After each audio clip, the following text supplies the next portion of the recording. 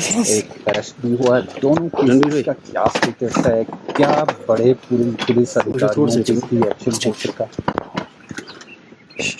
ये दोनों मामले बहुत गंभीरता से हमने लिए हैं, चाहे वो धर्मशाला में विधानसभा के गेट के पास वहाँ खालिस्तान के झंडे लगाना, खालिस्तान लिखना। इस मामले में तो पुलिस ने कार्रवाई करते हुए एक आदमी को गिरफ्तार भी कर लिया है और दूसरे की तलाश जारी है और मुझे पूरा भरोसा है कि बहुत जल्दी उसकी गिरफ्तारी भी हो जाएगी। यानी कि जितना बेस्ट पॉसिबल एफर्ट्स पुलिस विभाग की ओर से किए जा सकते थे वो करने की कोशिश हुई और उसके कारण सफलता भी मिली है।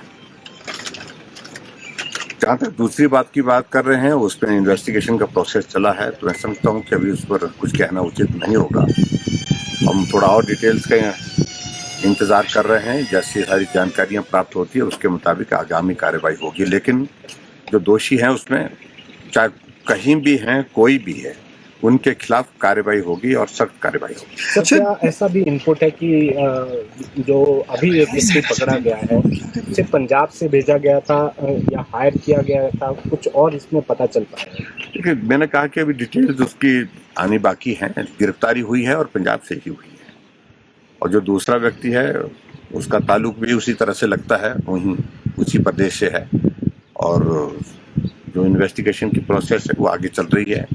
लेकिन इसके पीछे कौन है, इनकी कहाँ तक इनकी जो कड़ी जुड़ी हुई है, कौन लोग संरक्षण दे रहे हैं इन लोगों को, इसको भी जानना बहुत आवश्यक है और उसकी जानकारी भी हासिल करें। सर, ये जैसे जॉइंट ऑपरेशन था, पंजाब पुलिस के साथ मिलकर उसको पकड़ा गया है, जिस तरह की मोहाली की घटना घटी, क्या इससे कोई इसका लिंक है?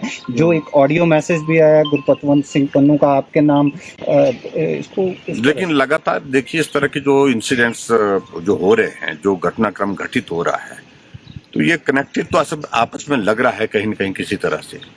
ऐसा नहीं कहा जा सकता अभी तक कि भी आपस में ये आइसोलेशन में है, कनेक्टेड लग रहा है, लेकिन उसके बावजूद सही बात और पूरी बात जो है वो इन्वेस्टिगेशन की प्रोसेस कंप्लीट होने के बाद ही मालूम पड़ेगी। सर, पंजाब में लगातार ये घटनाएं घट रही है, जिस तरह से पन्नू है लगातार धमकियां भी दे रहा है, क्या लगता है सर, ये गवर्नेंस का इशू है या कहीं कोई बड़ा मॉड्यूल पंजाब में वापस आतंकवाद को जन्म देने की कोशिश कर रहा है? देखिए, एक बात तो मैं बड़ा स्पष्ट कहना चाह रहा हूँ कि जो राजनीतिक परिदृश्य में परिवर्तन हुआ है पंजाब, उसके पश्चात कुछ चीजें ऐसी घटित हो रही हैं, लगता है कि कुछ लोगों का हौसला उसमें बढ़ा है, और ऐसे में इस बात को अभी निष्कर्ष पर थोड़ा सा पहुंचने से पहले हमको थोड़ा इंतजार करना चाहिए कि वजह क्या है।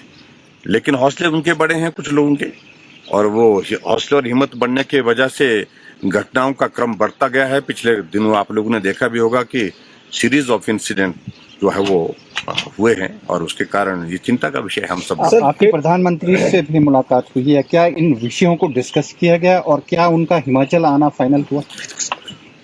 हिमाचल तो प्रधानमंत्री जी आएंगे ही।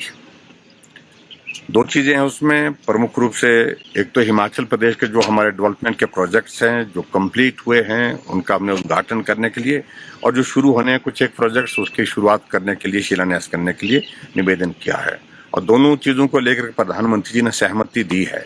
कब होगा कार्यक्रम, कैसे कार्यक्रम होगा, इन सारी चीजों को लेकर डिटेल्स अभी वर्कआउट होनी है। लेकिन इतना मैं जरूर कहना चाहता हूं कि प्रधानमंत्री जी का हिमाचल के साथ बहुत जुड़ाव है, लगाव है। वो निश्चित रूप से हिमाचल प्रदेश आने के लिए इच्छुक हैं, आना चाहते हैं, और हमने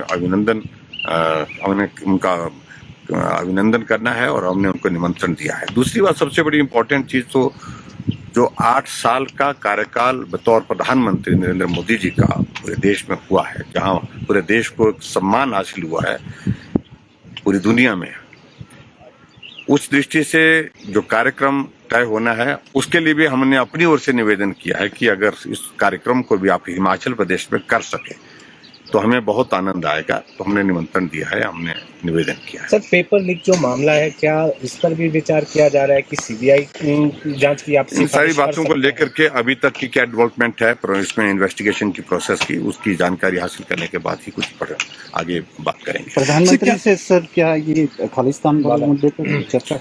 स्वाभाविक रूप से हिमाचल के सभी मुद्दों पर चर्चा हुई है। Thank you. असली सवाल रह गया।